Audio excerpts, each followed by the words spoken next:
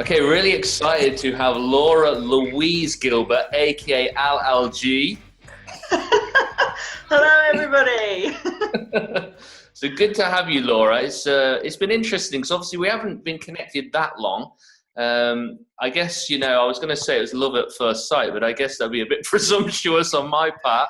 But I think it's great just to have somebody like you. We've basically looked for people who we believe are doing some great things that have a great ability to be able to communicate and articulate their thoughts and feelings and their stories. And we felt that you were definitely like that person. So me and Natalie are both excited to have you on one more round. And I guess it's my responsibility to try and get as much human connection as possible from you so that people can really appreciate and grasp hold of some of the answers that you give further on into the interview. So I'm going to ask you a couple of questions, I guess, that are just going to be more about you, and then we're going to get more into the meat. So Sure. we're just Sounds good. You've created a lot of pressure for yourself then. Yes. Well, I find that I perform best when there's pressure because Good. if you think of a tooth, and we're not interviewing me, by the way. If you think of toothpaste, when you squeeze that tube, you find out what's within it, and so it's the same with us. When we have that pressure, we actually find out what we're made of. So yeah, let's do this, Laura. Do this. Let's do it. So my first question for you is, I'm always fascinated by how people see themselves, but what is one word that you would like other people to associate with you? Oh, only one word. Yeah, I know that's hard because you like yeah, it is quite hard. I think just I don't know which one to put. I want to say determination. Okay. But there are quite a few I could kind of pick from. Grit. and that kind of thing. Yeah, I suppose I try and give everything my all. That's not one word at all, but Yeah, so I guess it's that determination to carry on, which obviously really resonates with one more round. Tenacious. Did you see what I posted on my Facebook this morning? The word tenacity. I didn't see that. No, I didn't. I've been in the car driving all day. I've been up at the NEC. Sorry, but no, that's okay. You were so close. You could have actually come to the studio here. Oh well, we live and learn. Laura, what's your favorite part of the day? Ooh, do you know? I think it's morning. I do enjoy the mornings, and I especially enjoy the mornings because I create time for myself. So no matter where I have to be, at what time I have to be there, I make sure that I've got time for my coffee, that I'm not running around like a headless chicken, and that I kind of have my I have thoughts. A lot of blogs I'll start writing in the morning. Mm-hmm. I usually get very inspirational in the mornings. Mm-hmm. New beginnings, I guess. Yeah. Very good. Are you afraid of anything? You seem very well together. You've obviously mentioned the fact that you're tenacious, you're determined, so you've clearly had to struggle and battle through. But is there something that you are afraid of? I think I've faced quite a lot of fears. I wouldn't say that I'm not afraid of anything. I think there's always some, and a bit of healthy fear. I think that's good for everybody, to be fair. I used to be really scared of I used to hate spiders. I used to be really scared of spiders. Like so bad that even when they were on television, I'd watch them on TV, I'd be like, ah! Like I'd have to leave the room. I used to hate it, absolutely hate it.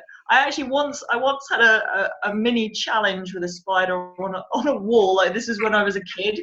I remember this, and I saw it, and I thought to myself, and it was like tiny, teeny, and I thought to myself, I'm not scared of you. Just remember, like I'm I don't know, 9-10 years old or something like that. No, I'm not going to be scared of you, spider. And so I walked up to it and I kind of like went to poke it, and it was one of those jumping spiders, and it literally like jumped at me, and I was like, ah! And Laura, how did you overcome that fear of of spiders then? That has quite a cool story attached to it, actually. That was, I mean, it's sort of got a little bit less as you get older. You know, little fears like that tend to. However, it was in South Africa. I was staying in Hout Bay, which is just it's the southern coast, just outside of Cape Town. And I arrived. I'd booked to stay in a beautiful little cute garden cottage, and I arrived quite late, and I was just like, I was so happy to be there, and I was just like excited about this new place that I was in, and it was beautiful and all this kind of stuff. And I started making myself at home, and I chilled for a while, and then I went round to go to bed. And I walked into the room, and it's like everything in me just like stopped.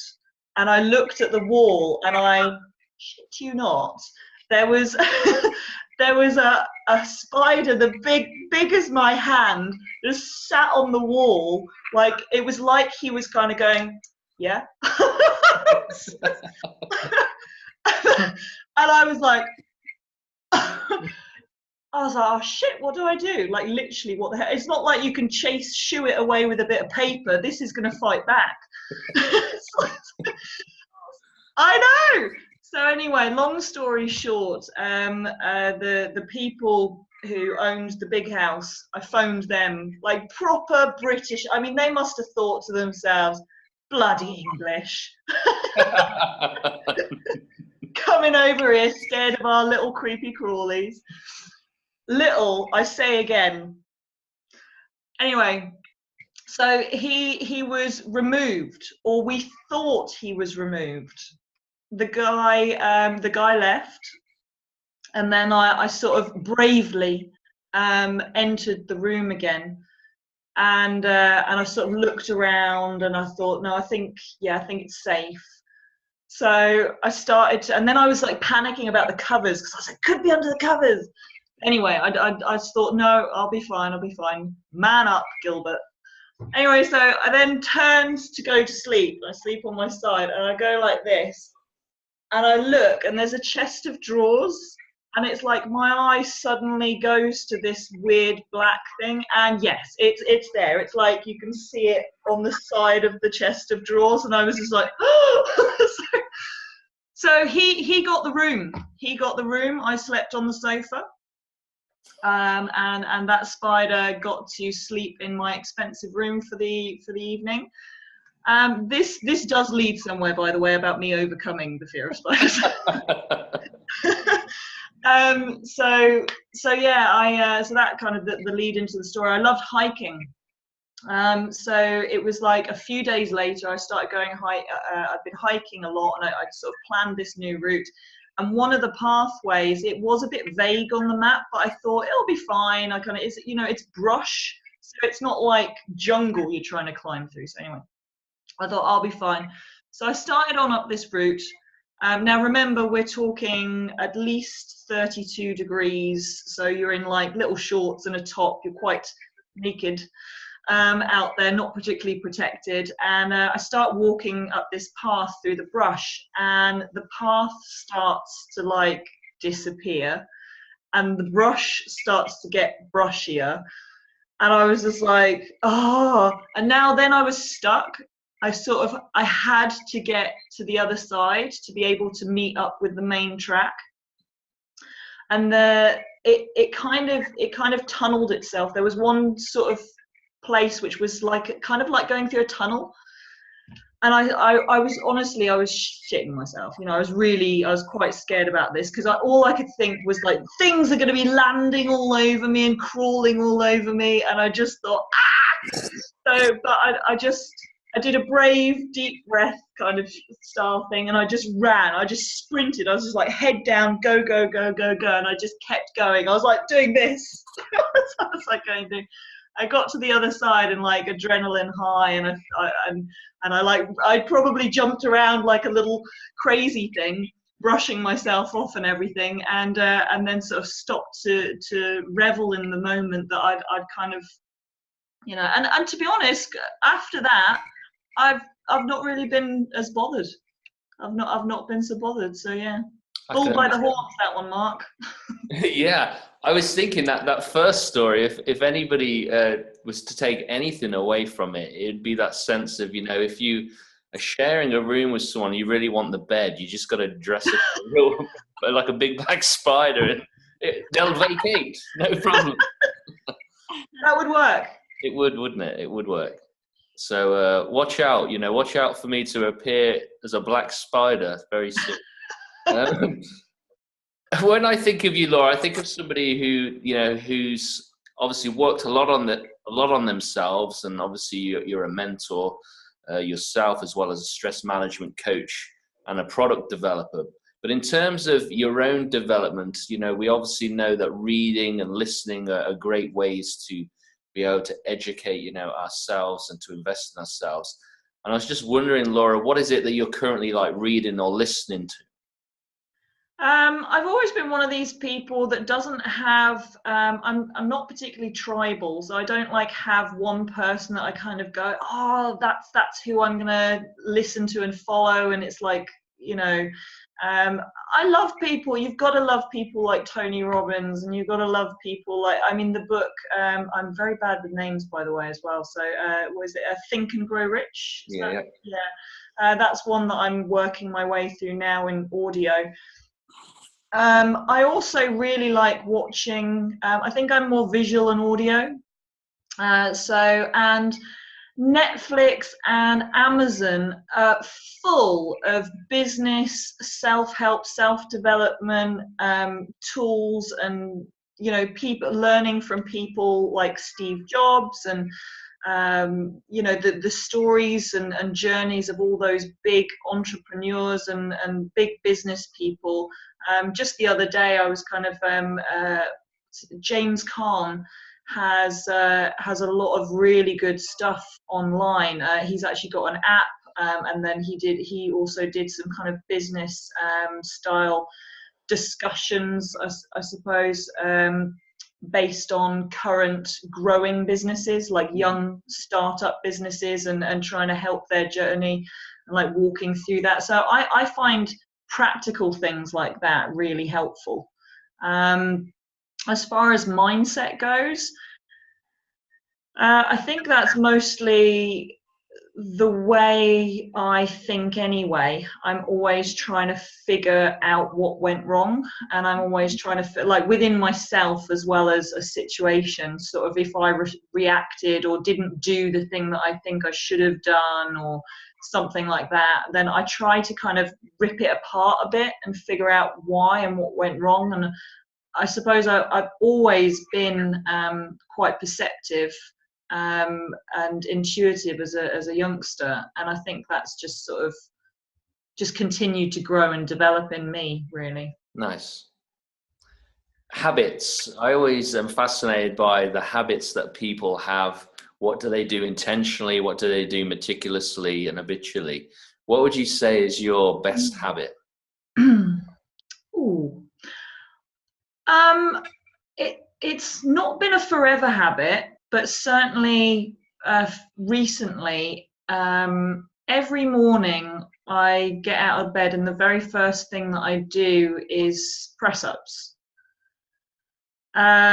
So it started off, I used to be a personal trainer as well, everybody, and I used to be extremely fit, and then I sort of let it go a bit. And it was funny actually, because it taught me again to realize that the habits that I'd built up in the past, which just seemed so natural, so easy to do, so off the cuff, like when I used to get objections from clients and other people, friends, family and stuff like that, it would almost not compute to me why they couldn't do it and follow through with these new habits and rituals.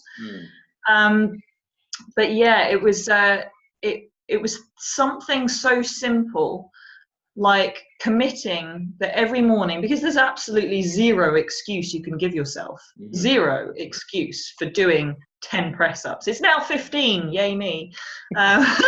We'll push the figures up again, but yeah, that's been really helpful. I just like that, and I think you instantly give yourself like a little check. You know, it's like, yeah, I'd set myself up where I was supposed to be going. Another thing, because I'm very into health and fitness, and I think that helps support a healthy mind, productivity, energy, and that kind of thing as well. So it was breakfast. So I get up, I do my press ups, go have a shower, I have my coffee, and I'll kind of do some self-development. So actually I'll either be writing something, because like I said, I'm taking advantage of the fact that that period and that time in the day is my time. It's early enough to be my time. Nobody's at work yet. So it's quiet and it's still. I get to think and have some peace to myself, and that's when I'll watch as well the self-development kind of videos and stuff like that. And I'll usually spend up to an hour maybe doing that, unless I've got like some brainwave or something that I want to run off and do. But I'm not massively ritualistic. I think the mornings, that's probably my biggest thing. There's one more thing. In the evenings, I used to have a lot of problems getting to sleep. And I found that I really liked listening and watching Blackadder. It's one of my favorite shows that just totally switches my mind off. Everything else that I watch, I can't seem to like switch off to, but I think it's because it was from childhood.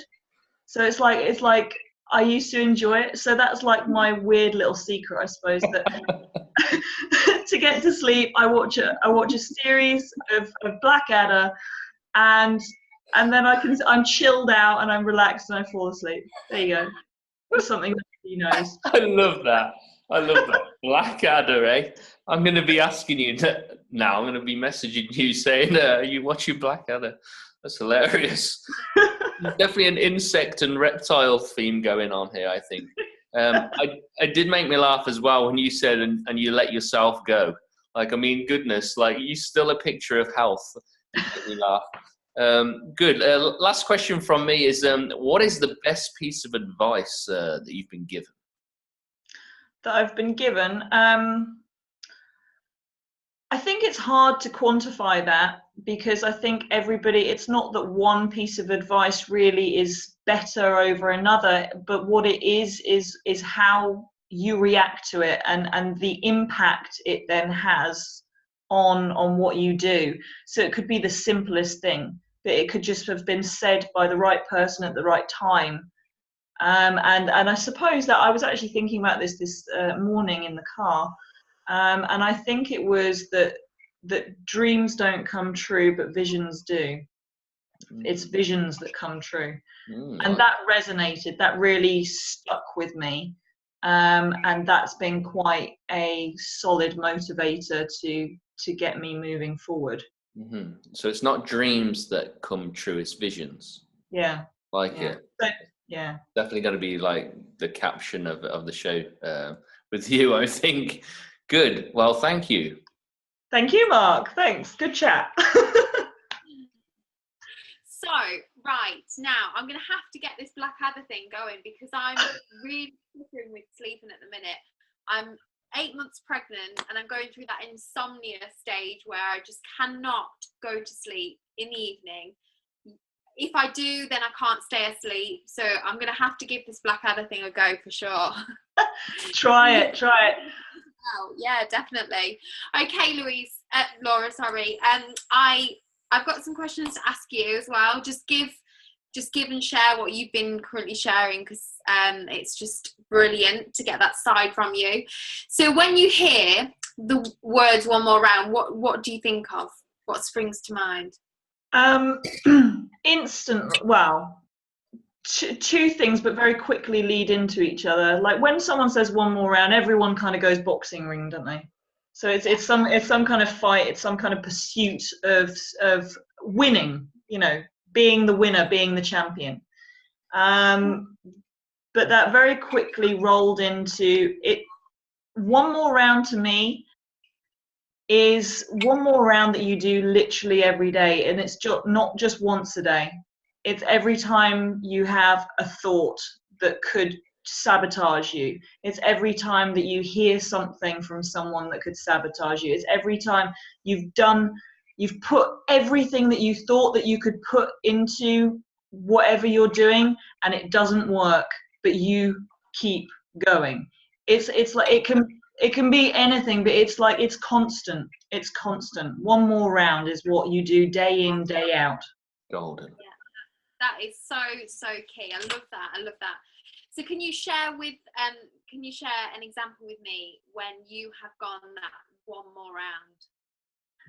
I think I'm definitely going one more round, like I said, every day doing something, but really poignant.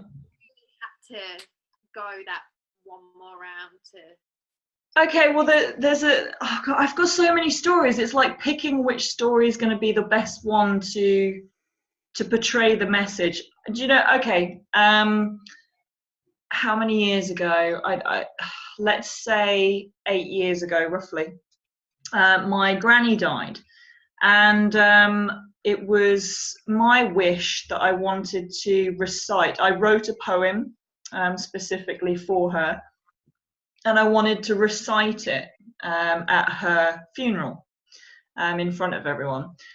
And I've had in the past, I don't have it really now, but some social anxiety. And at the time I was also going through depression. So I was actually on antidepressants at the time too. The last time I'd seen my gran was in the care home, and I was very depressed, and it to the point where I couldn't really communicate. Like, I just wanted to cry, and because I didn't want to cry in front of her, I found it really difficult. So I just was quite silent. I bought her a little teddy, and I would just sort of lie next to her or sit with her. So it always saddened me a little bit that I wasn't able to have that conversation. So to me, it was like this poem, reading that at her funeral was like, to me, mega. I had to do that. Now, I just remember it was coming, so I was sat in the front pews. Obviously, everyone was upset. I wasn't feeling good about anything, but all I had in my mind that I was going to read that poem. So the guy, I don't know what they're called, to be honest, pastor, I don't know, the person leading the service, he called me up.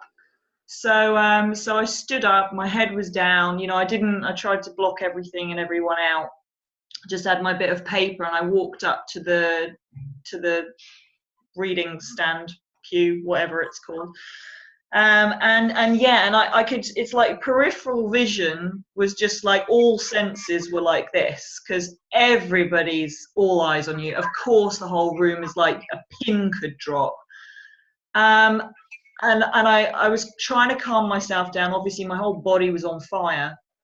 I was trying to keep the tears down and everything. And every time in my mind, I was kind of thinking to myself, and speak, but nothing, I couldn't get anything out.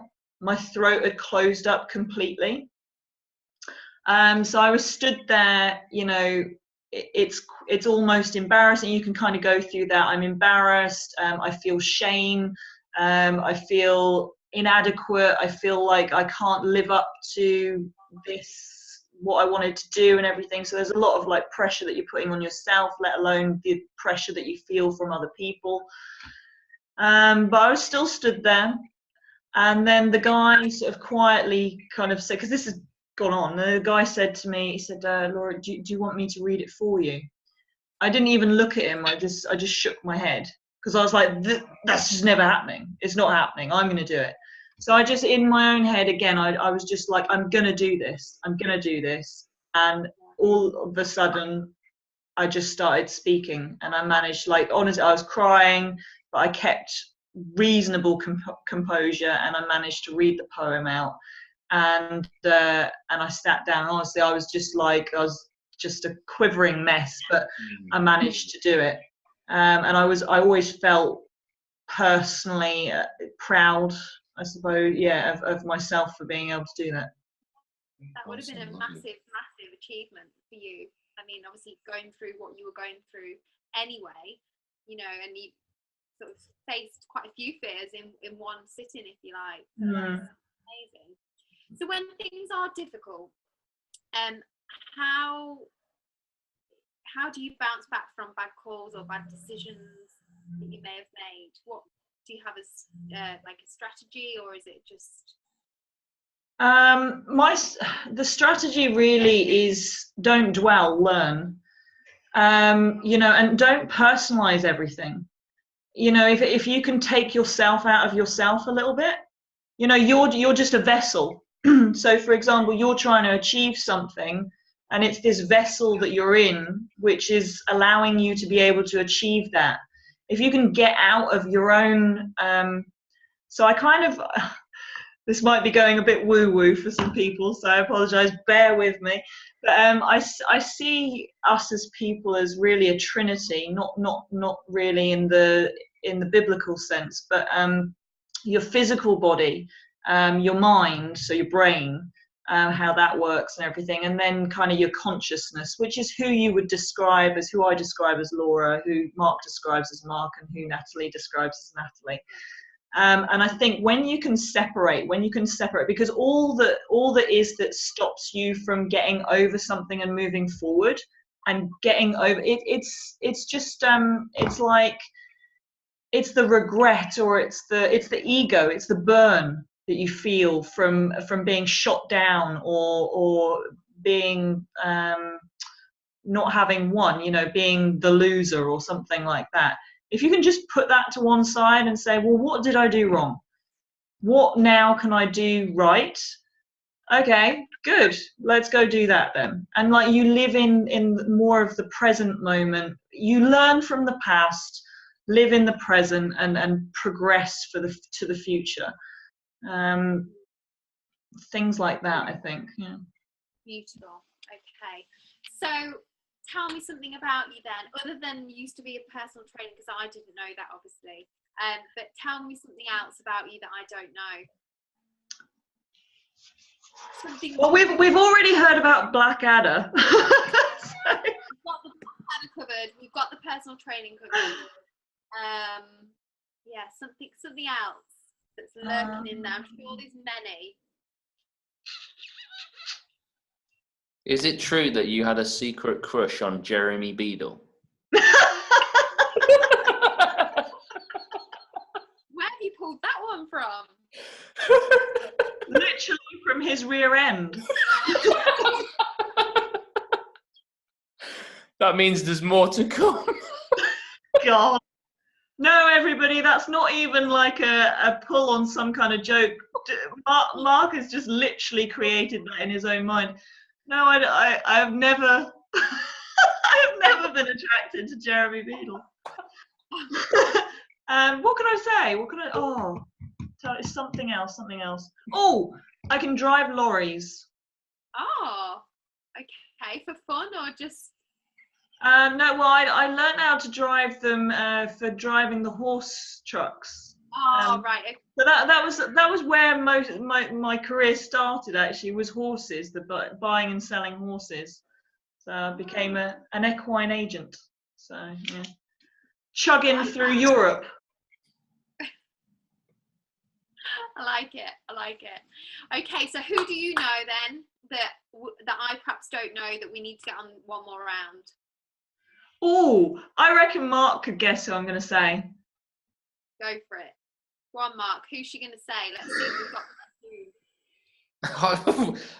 Well, I would imagine you might say JT Fox. Yeah, I think for now it's going to be, because I was at an event this weekend again with it's not just JT Fox himself, it's their organisations. They're like full of coaches and stuff like that, but the whole, him and the organisation have been very pivotal in my journey this year, and kind of going from the stage where I had a desire to do something more and to achieve these dreams to visions. That was a JT comment, and yeah, I think he always seems to have something very poignant to say, which is actually going to get people across the line. So I think that's important. Brilliant. Okay, thank you. So, Laura Louise Gilbert, aka the Black Adder Addict, secret crush on Jeremy Beadle, spider overcoming phobia lady. How do people find out more about you? How do they connect? Well, you can find me pretty much everywhere under Laura Louise Gilbert. So my website is lauralouisegilbert.com. I do enjoy connecting with people on LinkedIn. So again, that's LinkedIn, Laura Louise Gilbert. And Facebook is LL Gilbert 82. And I'm sure you'll have to start using the hashtag LLG, you know. LL Cool G. LL Cool G, of course. Yeah. Laura, it's been great to have you on the show. Thank you so much, Mark and Natalie. Thank you. It's been great. Thank you.